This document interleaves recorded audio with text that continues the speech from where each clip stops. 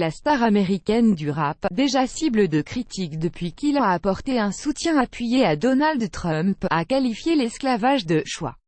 Le Monde, 2-5-2018 à 13h, mis à jour le 2-5-2018 à 17h51 mardi 1er mai, lors d'un entretien d'une durée de 1h45 diffusé sur The Breakfast Club, émission de la radio new-yorkaise Power 105.1, il a évoqué pêle-mêle la dépression nerveuse qu'il a connue fin 2016, les tensions avec un autre rappeur, Jay-Z, et son point de vue sur Donald Trump. Dans cette interview, il a expliqué avoir été vexé de ne pas avoir été invité à la Maison-Blanche par Barack Obama.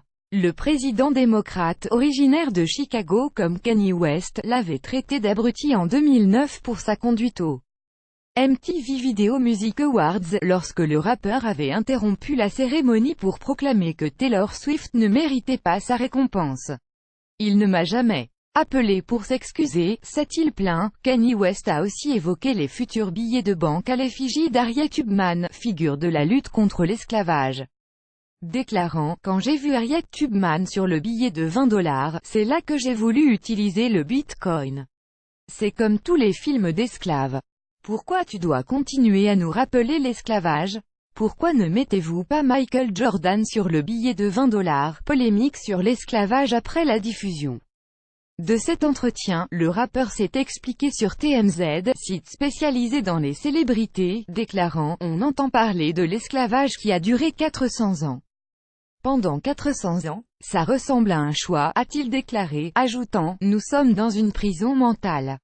J'aime le mot « prison » parce qu'esclaver trop lié au noir. Kanye West stir up the TMZ newsroom over Trump, slavery and free thought, there's a lot more that went down en https://t.co/rbkx54 qui, TMZ, @TMZ, Van Latan, un animateur de TMZ, s'en est immédiatement pris au rappeur. En fait, je ne pense pas que vous pensiez à quoi que ce soit, a-t-il lancé, ajoutant que West mène une vie d'artiste, alors que nous autres, noirs, faisons face à toutes sortes de menaces.